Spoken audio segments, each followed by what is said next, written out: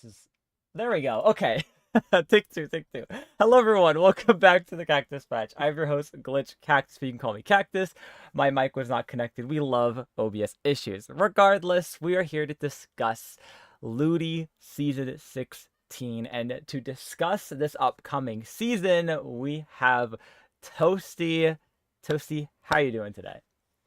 I'm doing great. How are you doing? I'm doing pretty good, can't complain. All right, what do we got lined up for today? I know there's a lot of questions, but There are. So we'll start off with probably my most favorite one I love asking is how did you get into Splatoon? What drew you to this game? ooh, When did you get into it? What game? What series? Like, take me there. yeah, yeah, that's a great question. So I've actually been playing Splatoon ever since Splatoon 1. I got my Wii U a couple years after the game released, so I wasn't in the competitive scene during that like massive surge of popularity Mhm. during the Splatoon 1 like competitive scene. But then after Splatoon 2 released, I was still playing Splatoon 1 for like a year or two. And then finally in like 2019, I finally got my Switch from Costco. And I love first that. game I got frame one was Splatoon 2 for the Nintendo Switch. So, and then after that, I saw like the random like Nintendo open tournaments and found a group of people and eventually like knew somebody who wanted to like play in a tournament and then like found other things through Battlefy. So like that was kind of like my main entryway into Splatoon. Oh, that's awesome. Did you like already know of Battlefy previously, or was like you just No. happened to come across it? I just happened to come across it. I was a total baby. It was a very shocking experience, but it was great. I can imagine. So those like Nintendo Open Tournaments was like those were kind of like your intro to comp in a sense. Yeah, because I like joined a team and then I was like, oh shoot, there's like so many people playing. Like, because I'd always like just played with my friends because I didn't realize like how much more there was to the scene. Yeah. So that was kind of just like my main way. And then I was like, oh shoot, there's low ink. Hey, let's like do this. And then we ran it back and eventually found everything else. And now we're here. Have you ever won a tournament before? Yes. Ooh. Actually, I won. I think it was CCA season two, Oh, that's and then awesome. yeah, and then we won whatever the summer invitational following that season was. Hmm. So, but I was getting like hard carried by Basil. So huge shout outs to Basil for that one. But that is my only tournament wins in the community. Hey, that's pretty cool though. So say you have a win under your belt. It's pretty dope. It is. It is. Well, what did you mean? I'm curious. In Splatoon 2, I was in jail. I was Oh no. every time I like stepped foot on the Monopoly board, I immediately got thrown in armor jail. So I was a, Oh. a junior mate. No, by choice, I played junior in Splatoon 2 and actually loved it. Okay. So it was jail by choice for that one. And then once 3 released, I started picking up I think it was Shot and Splash for a little bit. Okay. I didn't play too many tournaments in Splatoon 3 just because I knew like my own schedule and my team. Like I wanted to like be better, but like my team schedule and everything, Hmm. it didn't really work out that well. So we all went separate ways. And then after that, I just started full head diving into TOing because at that point I was kind of like halfway in the door, halfway out the door, and I was just kind of like if I want a TO, which I wanted to at that point in time, I needed to fully commit to it, and Hmm. that's what I did. And now we're here with Ludi's somehow. So After all this lifespan so far of Splatoon 3. exactly, yeah. Do you still play Splatoon 3 out of curiosity, or it's just like very casually, I Ooh, imagine? Or have you not I touched the will, game I since? will, I will open the game from time to time. I don't know when the last time I actually like queued up for anything and like played was, because like anytime I play, I feel like it's just at a LAN to just test setups and whatnot. Fair, But fair. I will hop in open occasionally, just like with friends for fun. But Yeah. I haven't entered into a tournament. Oddly enough, with Ludi being on Sender.ink, and we'll talk about this later, I'm sure. Yeah. But I have never played in a tournament on Sender.ink. I've never used that platform as a user. I've Oh, just always used it interesting. from the admin side. So that's kind of my point of view. And I think that's like both good, but also not great because then I I like am familiar with like what the players can see and what happens, but I haven't actually fully experienced that within an event myself. So Yeah. that'll definitely be interesting. Oh, interesting. Okay, so there's always room then for you to have one day just happen to play in Yeah, a new I'll just have to tournament. enter into a tournament just to do that. One that you're not TOing, so you can get the full player experience. Yeah. Yeah, because with the organization, like the org structure on Sunny.Inc., like I'm technically a TO in like all of the IPL events. So it's like if Mhm. I sign up for SOS, I'm technically still a TO for that. So it's a little funky. Yeah, So you're I'll still have gonna to have like that TO screen POV. the little badge to fear Yeah. enemy badge in the chat. They'll think something's wrong. It's like, no, I'm actually just playing. I'm playing this, I swear. Exactly. So I'll have to pick the controllers back up one day and do that. Yeah, maybe sometime before Splatoon 4, or maybe during Splatoon 4. Who knows, right? We'll see. So what drew you to TOing in the first place? Um, I think I was playing.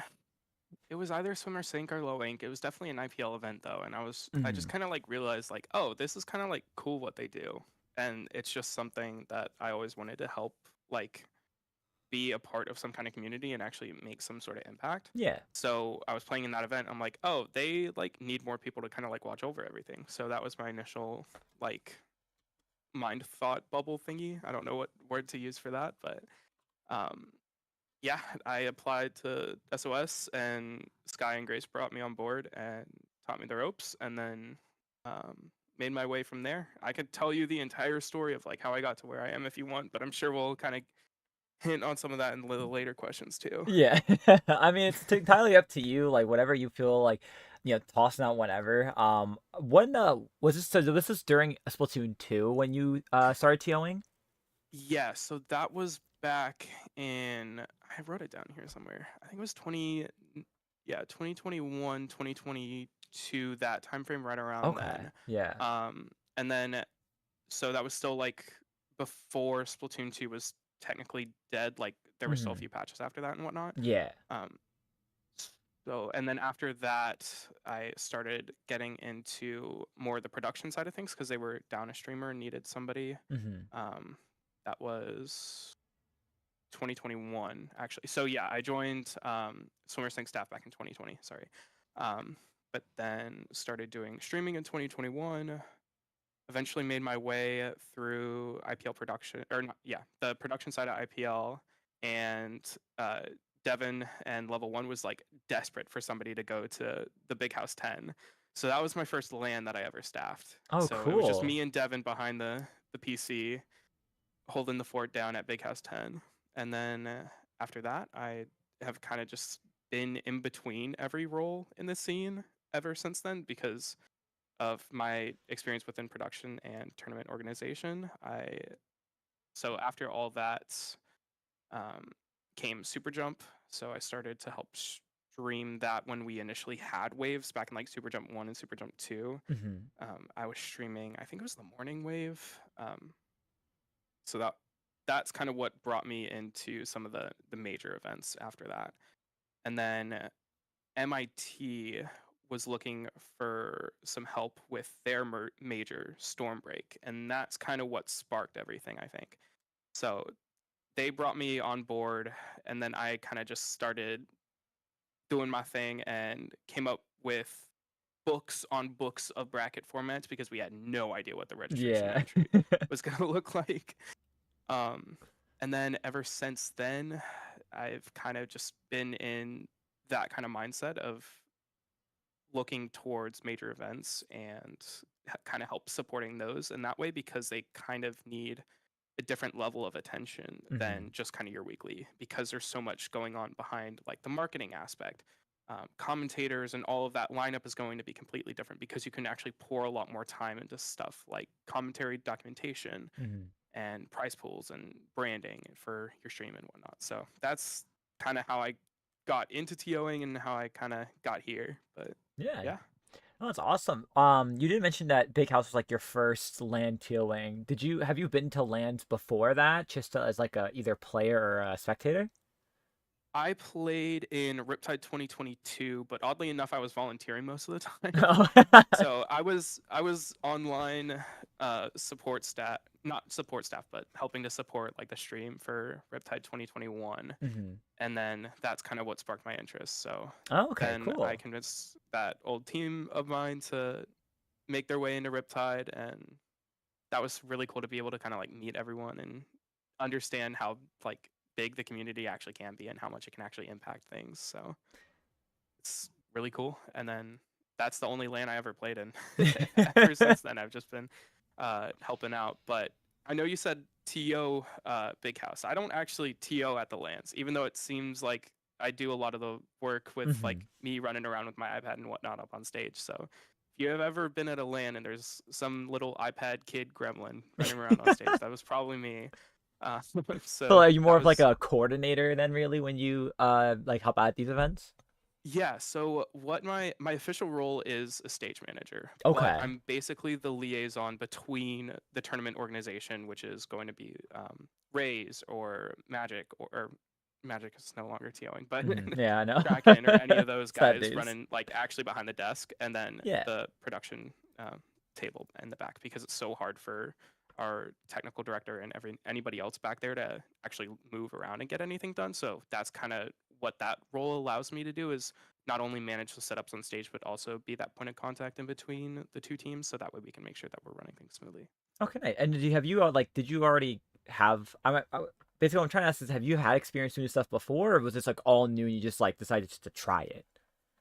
Uh, Production I've technically been doing since like high school. I think Oh, my okay. like freshman sophomore year of high school, I was helping out with some of the basketball and football games. Well, that's dope. So I kind of like had some experience and some knowledge of that, but Yeah. yeah. Besides that, it was a lot of just like learning as you go. Yeah, especially for Splatoon. Speaking of learning as you go, I will never forget the one night that we ran at Riptide 2022 when Splatoon 3 first released, the Mhm. day of tournament. It was me and Inkfair against the world trying to figure out how the hell the spectator controls worked. We were sitting up there in the Right. venue until like 3 a.m. Nobody else was there. Everyone else had been kicked out. And we were just like, oh gosh, like how is this going to work? Because we didn't know what the code was to get into LAN mode. We didn't know how the spectator mode worked because we didn't know how to get into that map. I don't think was in the first release. I think they like put a patch out like the same day or Mhm. something that added that. But That's right. I remember because yeah, I attended. I just remember like hearing the struggle of like because people could sign up for it and just like for fun, and I just remember having like just weirdest random memory of just a table and everyone just around it being like, "How does this work?" yeah. And never again. That's never happening again. So if you were there, you were there. If you weren't, To be tough glad luck. you weren't. The amount of delays was crazy, but we won't get into that. Hope Splatoon 4 does not release during a major. If it does, sorry, but we're sticking to Splatoon 3 until the weekend's over. Yeah. Yeah. So you've been TOing for about 2, 3-ish, almost 4 years now. What would you say are some like highlights for you as a TO in the Splatoon community? Yeah. Some highlights for sure are going to be able, or like getting flown out to lands. I don't think there's like another level of kind of honor that you can have Hmm. in the community, like at least on the staff side, other than being invited to help out with these in-person events.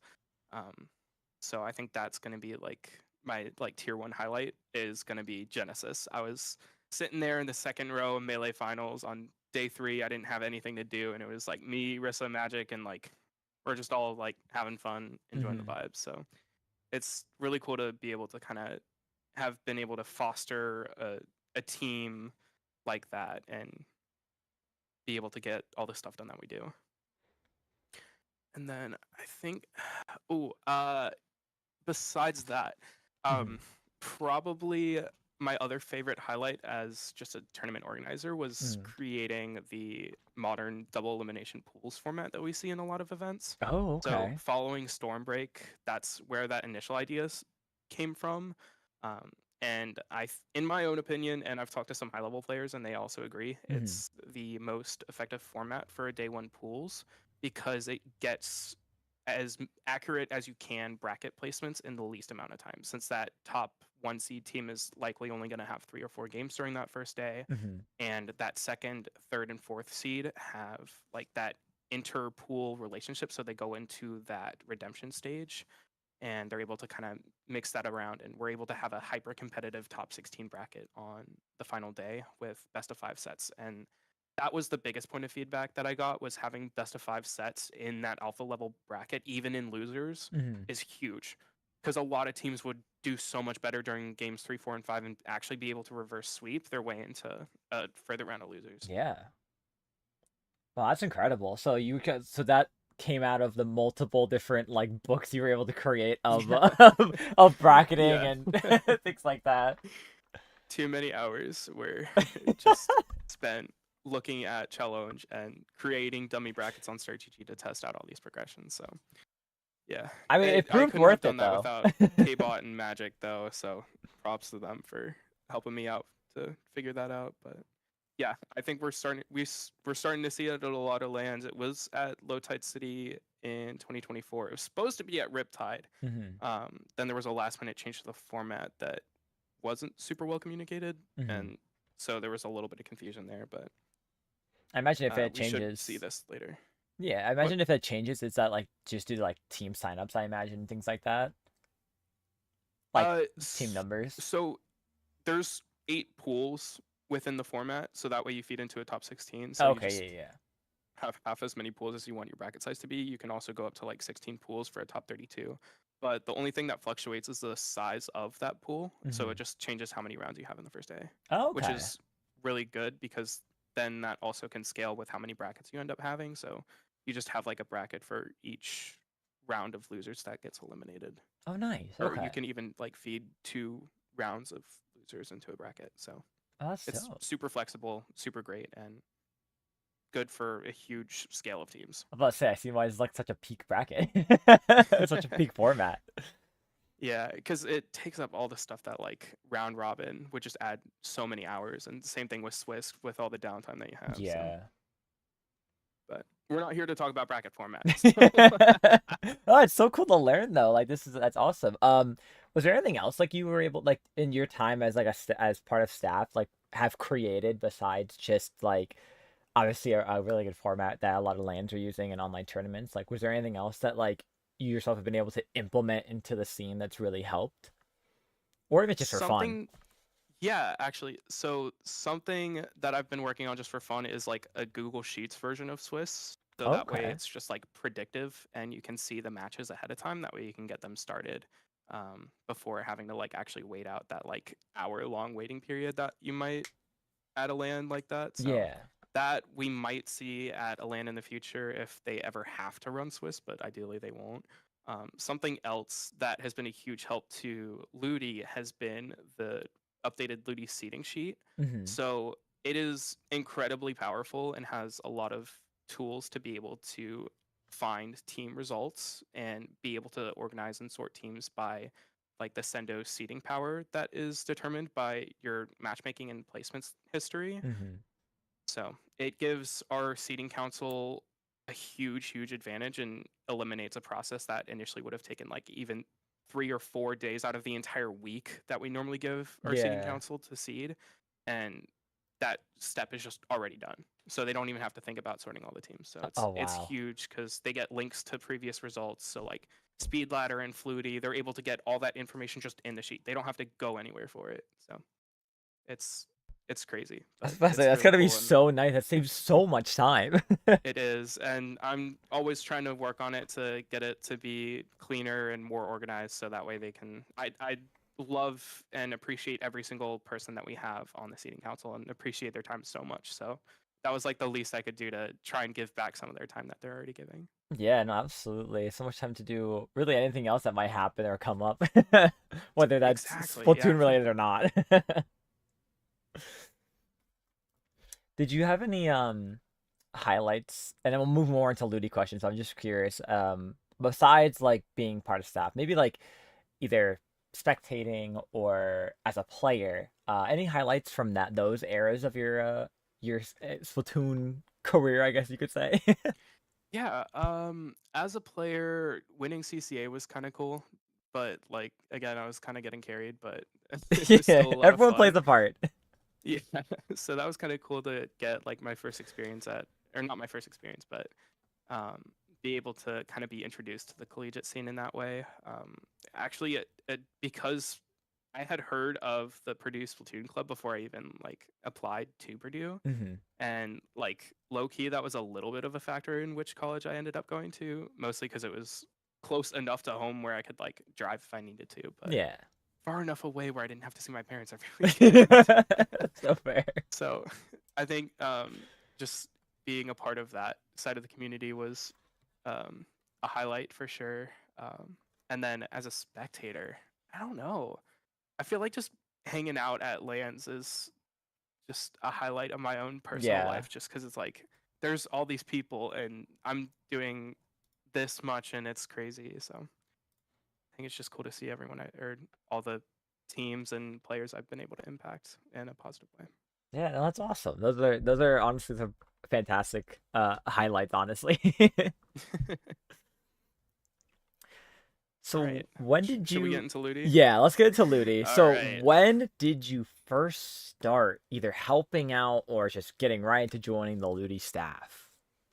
I officially joined LUTI staff summer of 2023, Hmm. and that was mostly because of the project that we were planning behind the scenes within IPL. Hmm. It ended up falling through, but ever and we realized that it was just better to run another LUTI season instead of trying to work backwards and try and create a project like what we were looking at. I don't really remember all the details of it. I just remember it was like, oh, we should just run LUTI. Yeah.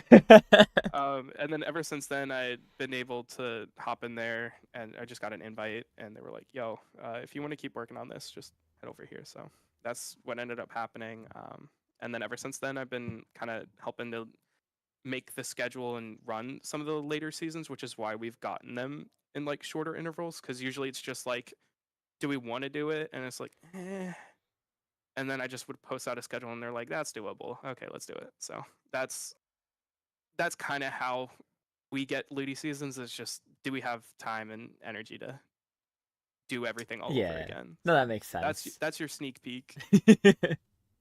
On when LUTI runs, when to expect it, whenever they're free.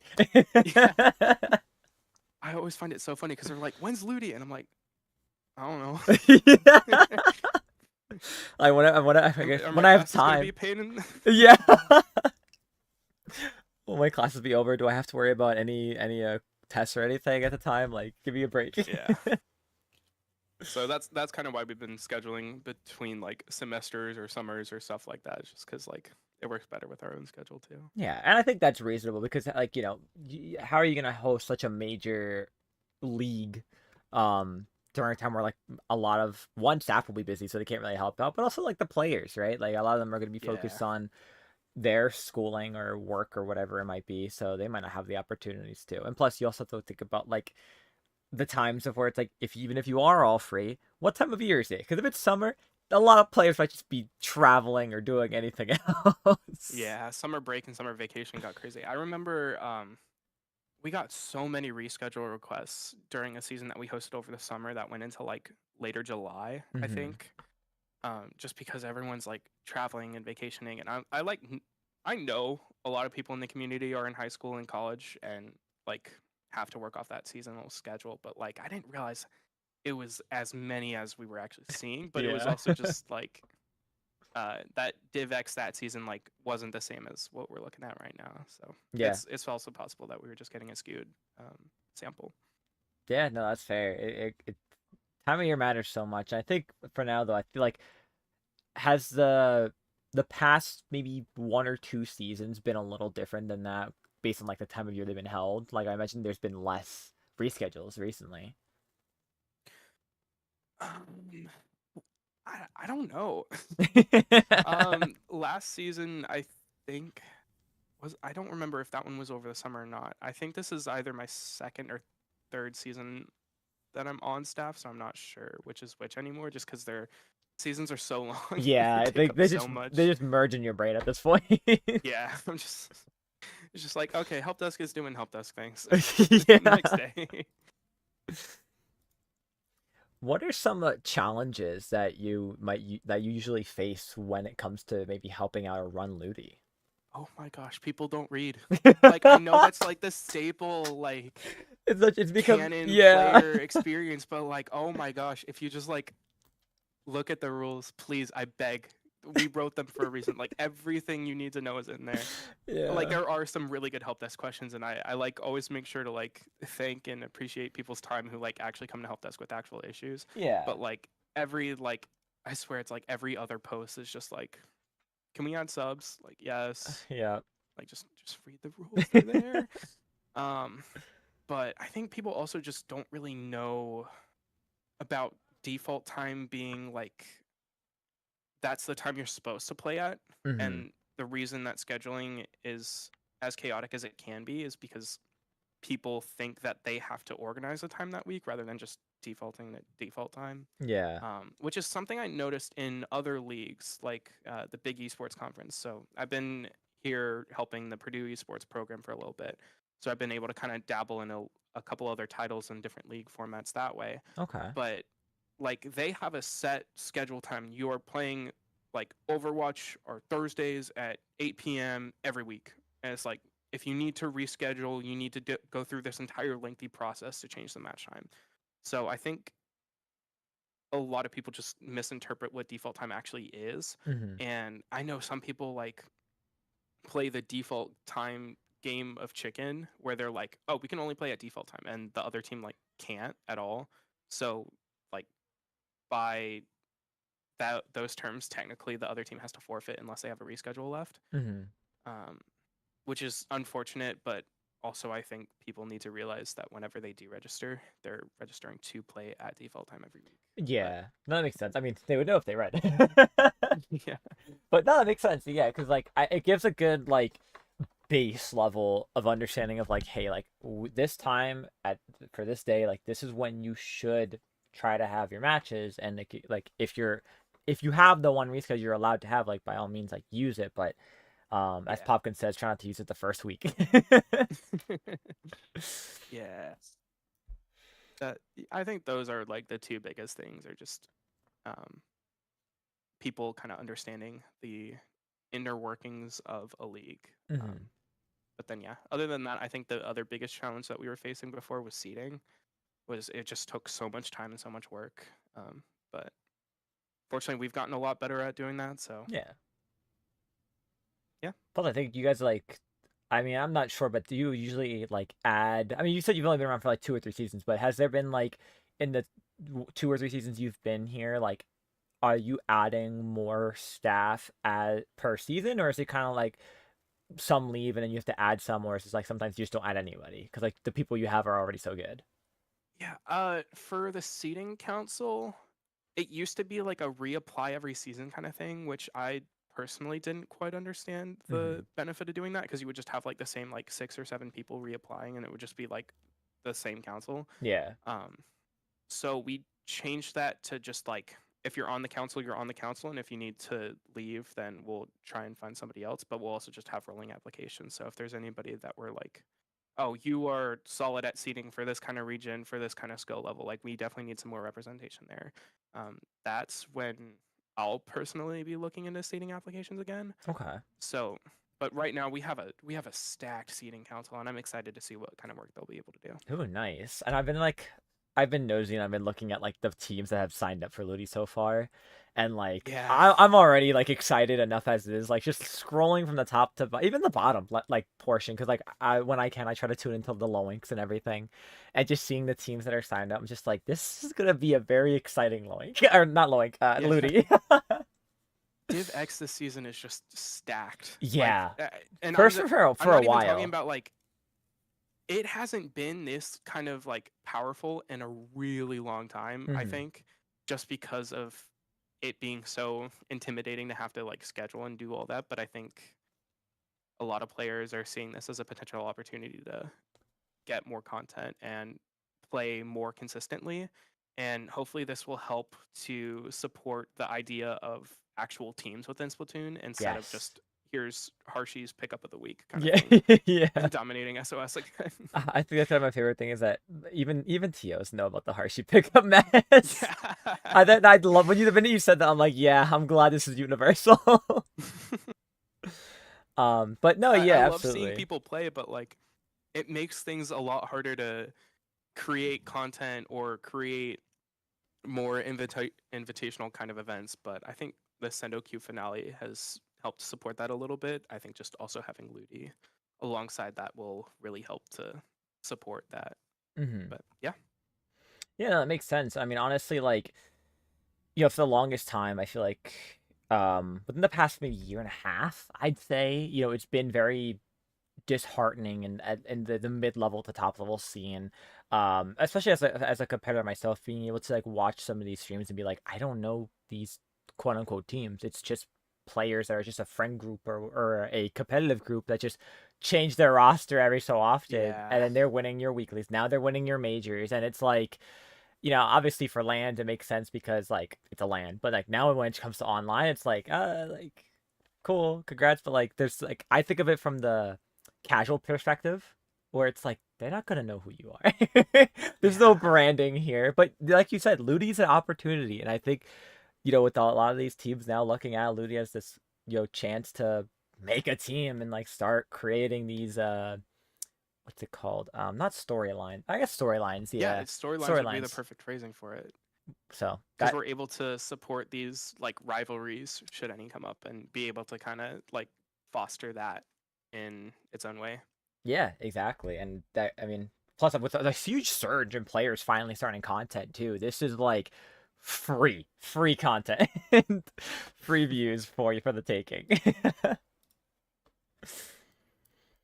What have been some of your favorite parts? Now, this could extend maybe past Ludi itself, because I realized asking specifically for Ludi with like how much time you've been with them is like kind of short.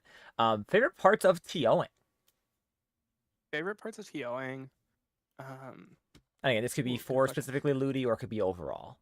Yeah, I think I'll go with overall for this one because I feel like LUTI is just like it comes and goes in bursts, so Hmm. there's no like real consistency there. Just Yeah. because there's seasons and it's its own thing, and but I feel like I've gotten so much closer with some really great people in the scene who have helped shape myself like personally and professionally.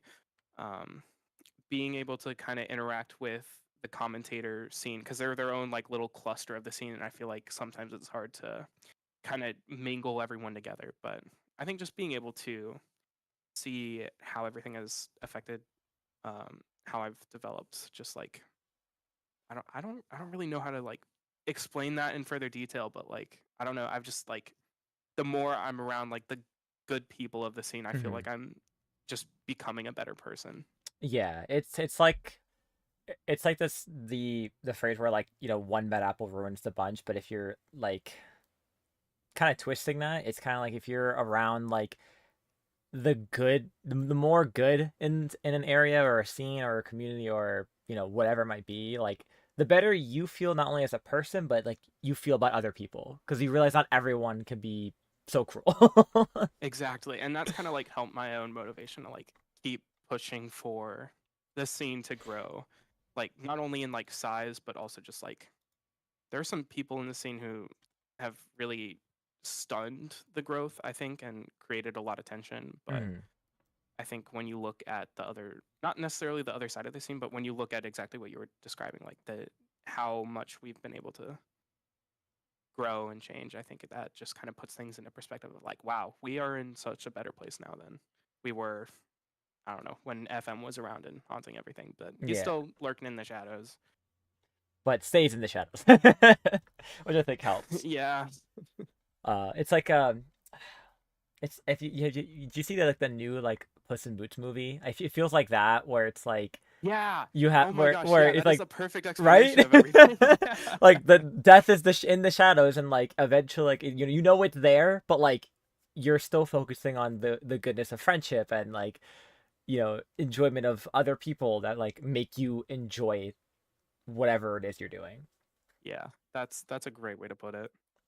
Last Wish, or I think that's Last Wish. Great Yes. movie. If you haven't Yes. seen it already, like definitely go check that out. And Wild Robot, best animated movie I've seen in a really long time. I still And have by to a see really long that. time, I mean like the past few years. That movie tore me up. I was, ooh, The good the movie. trailers get me in a soft spot, and I'm like, I need to find the time to maybe on my flight. I'll like get a purchase a download just to watch it because it just looks so amazing. Okay, getting off It's track. great. So those are your favorite parts. What about your slightly not so favorite parts? Now you already said that people not reading the rules, but is there uh, anything else that maybe it's just kind of like has a little like hair standing up, like you're irking me. yeah, there's definitely like some people in the scene who have like again created like tension, and I just don't personally enjoy dealing with them. Um, and with me being on Ludi staff, that's unavoidable a lot of the times. Just like Hmm. interacting with some of those individuals, I personally don't care for. Um, but also the amount of like random DMs that I get, they're just like, I'm in class right now. Why do you feel the need to DM Yeah. me?" Is it always like TO stuff or is it like I just had anything? somebody. It, like personal stuff, totally cool. Like my brother will DM me in class at some point in time, so I'm like, all right, whatever. Like Yeah. I'll queue Counter Strike with you tonight, sure. Yeah. Um, but like some other stuff is just like it's just general like help desk stuff. Like I don't know. I ended up disabling like all my DMs except for like a few mutual servers that I have with friends and whatnot. But Yeah. like I don't know. I feel like this some folks don't understand like a level of privacy that comes along with running some events, and they feel like Mhm. that they can just step into anywhere that they want to. Yeah. So just also dealing with a lot of people who like think that they're staff and like answer for staff, and a lot of times they end up being incorrect. A few times they're right, Mhm. and I appreciate them helping or trying to help, but at the end of the day, I don't want people like making an incorrect decision because they didn't have access to the same resources that staff does. So Yeah. No, I that's think that's fair. like some of the not so favorite parts is just dealing with a lot of I won't say incompetence because I want to give credit to people for like giving an honest effort, Mhm. but a lot of times I feel like there's what I personally think is common sense that's lacking. So that just always will like irk me a little bit just because like to me it's common sense, but I know the common sense is coming from a different perspective Yeah. and experience. That's fair. Yeah. Makes thinking like they like I don't know, my brain wanted to be like, you know, I think it's maybe like being just overzealous of like feeling like the answer even sometimes like you might not. Yeah. Yeah. So But massive change this time for Ludi. We're yeah, on this Sendu? it's huge. Like wow. I gotta be honest, I didn't think it would happen. I was literally scrolling through the Ludi staff server the other day. I gotta go find that message again Yeah, because feel this is free. like Cause like when I remember when I saw the announcement tweet, I had an hour left of work, and then I obviously like tweet post goes live, and I'm just like, what? yeah Like this was like back hinted at, like like oh yeah what if it happened, and like oh it's happening. yeah because we had been working with Sendu for a while on it, but Hmm. July 10th, 2024 at 1:49 p.m. Eastern, I said honestly I wouldn't want to move the Sendu Inc. in the near future for Ludi, so I'm glad we're still on challenge. Um, I ate those words very quickly. Um, back in it was like November. I was talking a little bit to Sendu just about the tournament feature on the platform and what kind of future we would be looking into for features within the platform. Hmm. Come December, I asked if we could run Flutie, just Flutie, because Yeah. I was very hesitant about running an event that would be spanning over weeks on end and having round timers and everything like that be set up. So just because it's running it essentially it is just running round robin, Hmm. but because every set is on a different week, it creates a lot of different technical issues. Yeah. Um, so when I asked, "Hey, can we run Flutie?" He said, "Why don't we just run the entirety of Flutie on there?" So that started mid-December, and it initially pushed back our timeline a little bit. We were supposed to announce a few weeks before we actually did. So we're a little bit behind in the season, but I think it ends up working out fine because it actually works a little bit better with most people's spring breaks. Okay. Um, but yeah, uh, huge change. I'm so thankful to Sendu for putting in the hours on hours of work and just dealing with dealing with me, um, poking in about different stuff, different bugs, different fixes, and everything else. It's been a huge deal. I think that's really helped our seating council as well because we're able to pull so much more information. Hmm. And like I mentioned earlier, we're able to get that seating power off of the platform as well, which is representative of every player's entire match history, I was gonna say like for that has to ranked pull in from tournaments. somewhere. Yeah, so it's kind of like the same way that your Sendo power calculates in Sendo Q. So Hmm. like you play so many matches and then you get a placement rank. Yeah. Um, it basically just gets rid of every season. Like there's no wipe, there's no reset. Yeah. Yeah.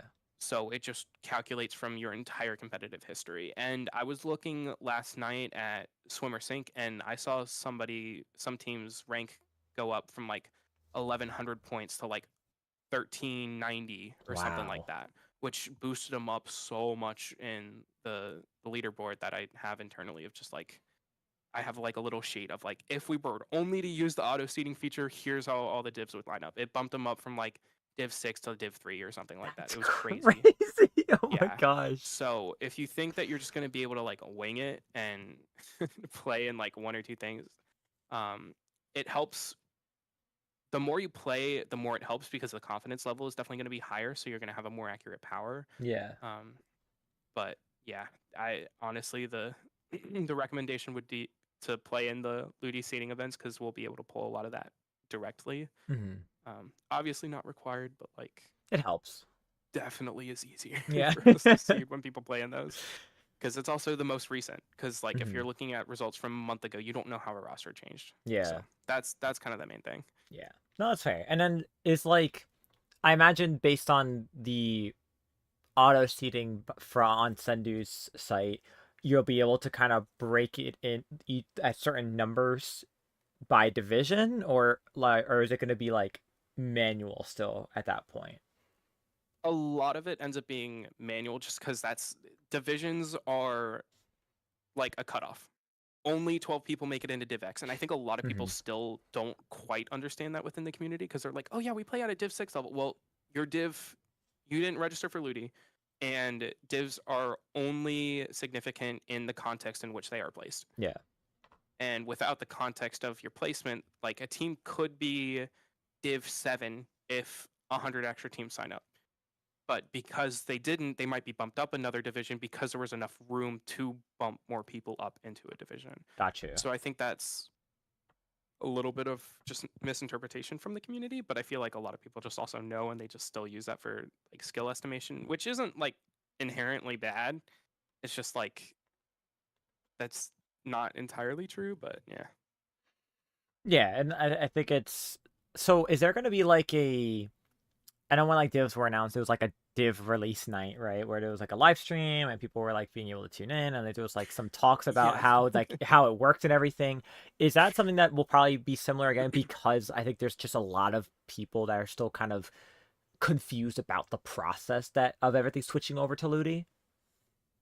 Or everything switching over to Sendu. Or sorry, Sendu. Yeah, my bad. Um Possibly. I know Elemental like made that in like 2 hours. That's you know what? Fair props to them. So it was so scuffed and um we have like a frequently asked questions channel that I feel like a lot of people really overlook and Hmm. um that does answer a lot of questions especially for new players and newer players to the scene. Yeah. Um I personally, and this is just my own opinion, Yeah. I think that the Sendu UI for the league format is going to be very self-explanatory. Okay. I could definitely see some people being confused by it by like displaying default time potentially, but Hmm. people are still have to schedule their matches if they want to change that. Um, and Fortunately, we have match chats this time. Okay. Um, Maps, I believe, are going to be in the UI already, so people won't have to like be confused about that and Yeah. have like maps pulled up in the LUTI server and whatnot during their set, so they can just like focus on the UI of Sender.ink Or and like port score post and them everything in else. their like group chats they have. Yeah. I've been guilty of that. I know some people like frame one screenshotted some maps and then they like changed like 2 minutes later because we didn't really, or like somebody messed something up and there was like a duplicate map and like some people played it, some people didn't. We're like, so I Yeah. think that's just This should eliminate a like lot of that issue. yeah, because we like roll all the maps at the start of the season. We just release them on a weekly basis. That way people can't get ahead Yeah. because that has its own problems. Um, but yeah, I'm really looking forward to it. I think it's gonna make my own life a lot easier because that way I don't have to have help desk pulled up while I'm in class. So Assignments on one tab, LUTI on another. yeah, I on my iPad I can have like a little pop out window of just like Discord pulled up, which Okay. is it's distracting, but it's also good because like I ended up like fidgeting a lot in class, so it's just like I can just mess around with that and still pay attention. Yeah, and you're It's still good. doing It's something good. that's, good for the brain. Yeah. Is there Yeah. anything else new being tried this season besides obviously this major change to Sendu? Um, going back, I the seating sheet has changed a little bit to account for those seating powers. Okay. There's some concerns I have with using that as like a preliminary sorting because we're still gonna have to like double check all of that because there's no statistical correlation between ranked and unranked power. Okay. They're technically from two different populations, and there's not really a great way with how frequently they change in order to like statistically analyze all of that Hmm. to have a good like foundational understanding of where a team should actually be, especially if they only play in ranked tournaments, then their unranked power is going to be super low. If they only play in like low ink and skill capped events and never play in an open event, they are not going to have like a decent ranked power Hmm. unless they play in like Sendoku or something. That's fair. So I think that is going to be something that we're going to have to keep a really strong eye on is how accurate that initial sorting is going to be and how much it actually changes when we're like fully seeding everything out and breaking teams up into the different divisions. But I think that's going to be like the other thing that we're going to be trying that's new is just using that as a preliminary sort. But yeah, Hmm. we'll have to double check everything and see how everything ends up. Yeah, just in case. That sounds awesome. That sounds good. Cool. That's like 16 seasons later, like there's still new things to be tried and still ways of improvement. Yes, I'm very excited for it though. So. That's awesome. What are some hopes you have for this season? Oh, hopes I have for this season. This could be again. This Just could my own be a personal huge range skill of set. anything. Okay.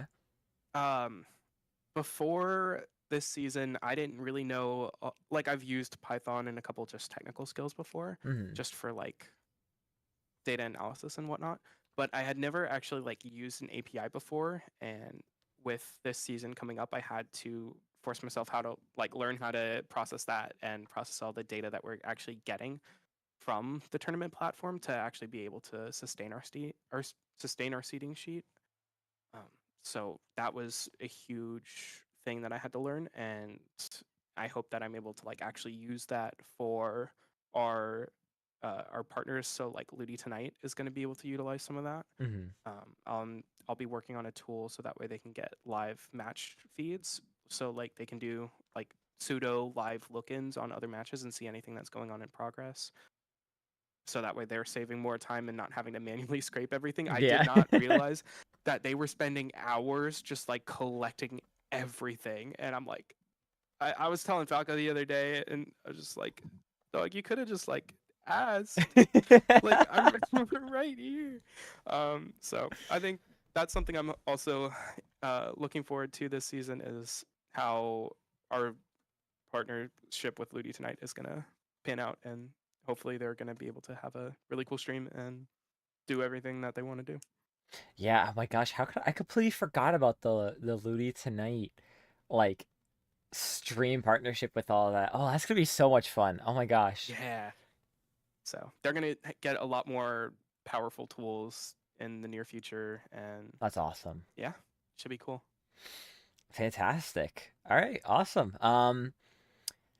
Looking at the list of questions I have, it seems to have really done it for the LUTI questions. One of the last questions I do have, though, is there any exciting projects coming up this year that you have that you'd like to share? Like, maybe it could be maybe in person, could be online, could be Splatoon related, could not be Splatoon related.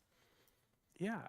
Honestly, I think this transition into Sendu Inc. was going to be like the biggest project, and working with Sendu on how like tournament progressions should actually function within the platform was going to be a major project, so that way we could bring other tournaments like Super Jump onto the platform. Hmm. Um, Unfortunately, a lot of that is going to take a lot more time because of just how nuanced those formats end up being, and progressions out of unfinished stages is going to be a bit complicated. Just to kind of provide some context, within a format like Super Jump, you don't actually play out a full double elimination bracket. A couple matches, like the progression into Alpha and Redemption, are actually like before grand finals and before losers finals and loser semifinals. So you're having predetermined placements progress into brackets from a previously unfinished bracket. So that's going to be taking a lot of time, I think, and hopefully we'll be able to get something done within this year. Um, but unfortunately, those are just going to have to stay on Start GG for the time being. Hmm. Makes sense. Um, so I think other than that, I've been getting a little bit into the deadlock scene. I've been Oh, working okay. with the college deadlock org, using some of the same tools I created for LUTI, um, basically getting actually like raw metadata from each of their matches and being able to create a stats sheet for their players has been really cool.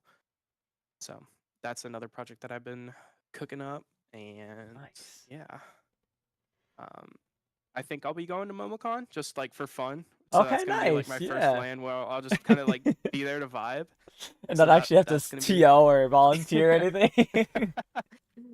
I'll probably volunteer, just like Ah, there it is. it's Rays Yeah. and CCAN, and like I've known them for so long. It's like, oh, I want to help out with something Yeah. like that. But that'll be like the first event where I'm not like totally worn out.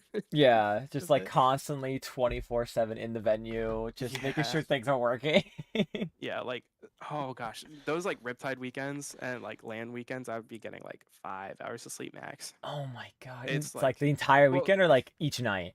oh, each night like Okay. for I mean, about it's still four lethal or though. 5 hours usually, because like we'd get there to the venue like 2 hours before the event starts for the day. Hmm. Definitely leaving like an hour after anything's done, and then obviously like going out and socializing with people would take up some time too. Yeah. No, So that makes sense. yeah, but yeah, I think that's most of it. Awesome. Well, that sounds like honestly, this sounds like a pretty exciting year for you, and obviously for the Splatoon community as a whole. Not just of course with LUTI, with advancements in Sendu, but also even land stuff, right? Like we're just constantly moving up. Do you make it actually? Do you have any plans to attend a local at some point? Um, I think I about it. they're all so far away from me. Ah, yeah, I'm for it. Which sucks. I'd love to go to Brooklyn and like one of the New York ones, just because like I'm decent. I think decent friends with Pico and Andy, so it'd be neat to go hang out with them and that squad of people again. Hmm. But um, yeah, no current plans. Actually, I did go to Gatorland. Oh, I okay. went to Gatorland spring of 2024, and that was pretty fun. I played there with Marsh, Tiger, and um, Soldier, Okay. so that was pretty fun. But Marsh's hands were all messed up, so it was kind of just interesting to just kind of play there and hang out, have fun. Yeah, It was good. that's it. That's awesome. I'm glad. I'm glad to hear. Well, with that being said, then that's all the questions I have for you. So I like to give this opportunity to all my guests to, as this is kind of the roundup and conclusion of the episode, to kind of say what you'd like, shout out what you'd like to shout out. Pretty much the floor is yours to say whatever you'd like to say. Yeah, actually, I got a question for you. What are you looking forward to this Ludi season, and what are your like plans for? I know you've been getting into a lot of content creation. Like, what are you Okay. thinking about? You reversed it on me. No reverse. Okay. Oh yeah. I'm honestly super excited for all three participating reasons. One, as a spectator, I cannot wait to watch some of these matches.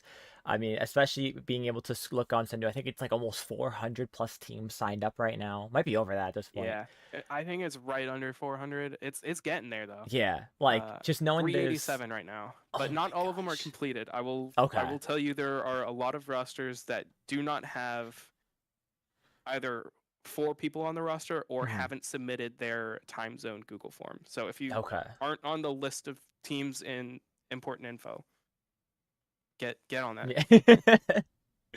But yeah, spectator for one is just being able to watch a lot of these matches. I think it's gonna be so hype, exciting through multiple divisions, and that's my favorite part about LUTI tonight too. Is like the multiple streams of different divisions to just see the creativity on a week by week basis, not just like a 1 week basis, depending on like the tournament that's being ran.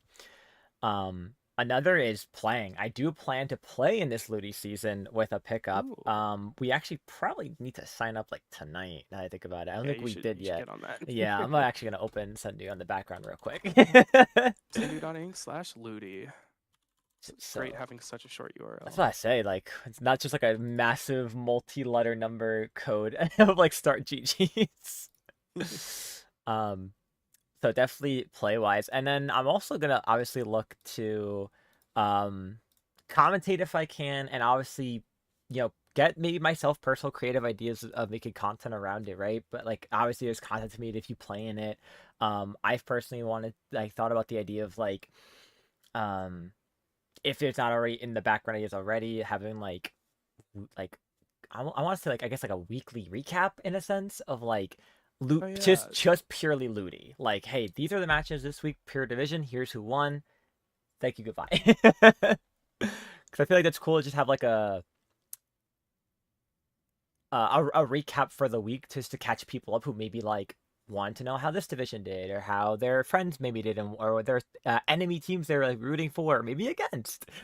yeah. Um, Obviously, if it falls into place, like there's so many things I have working on in the background, both IRL and just in general, um, with Splatoon stuff that like I don't want to overwork myself, but hey, you never know. Besides that, though, this year, this is definitely one of my most like going to travel years I've ever had. Ever since I think my first LAN, I think in 2021, I think it was Riptide 2021. Um, I've went to almost every major since. And this I year's think I'm no in the same different. boat. I think the only LAN I missed after Riptide 2022 was Low Tide 2024. Do you count MomoCon?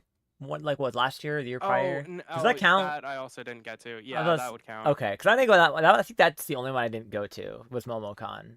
Because like I didn't know it was a thing, and two, by the time it was like the word was spreading around, the bank account was hurting, and I could not make that work so fast.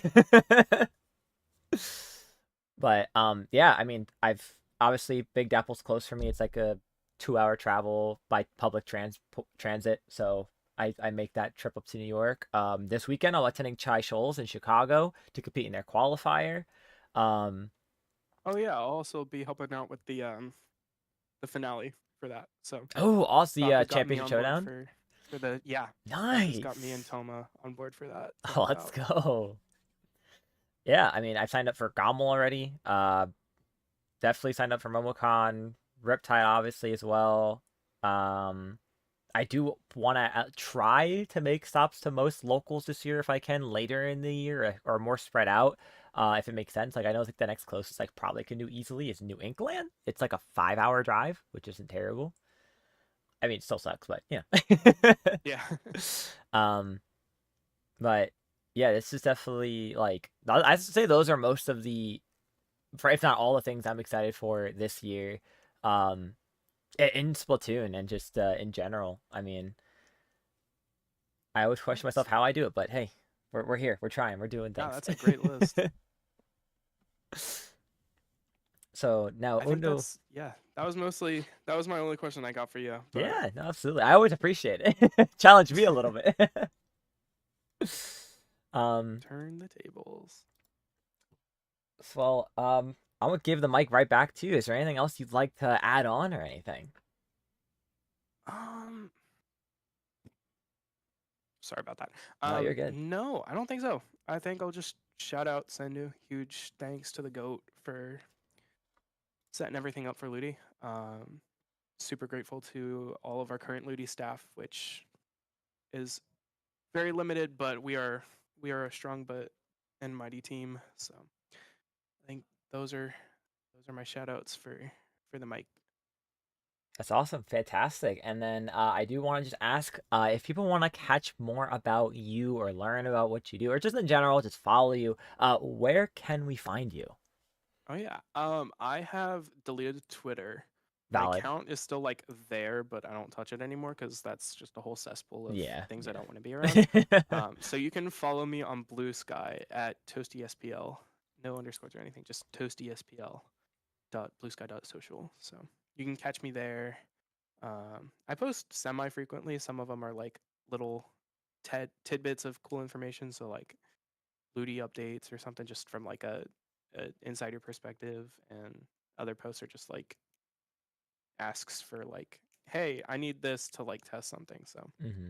you'll definitely want to catch me there. Awesome.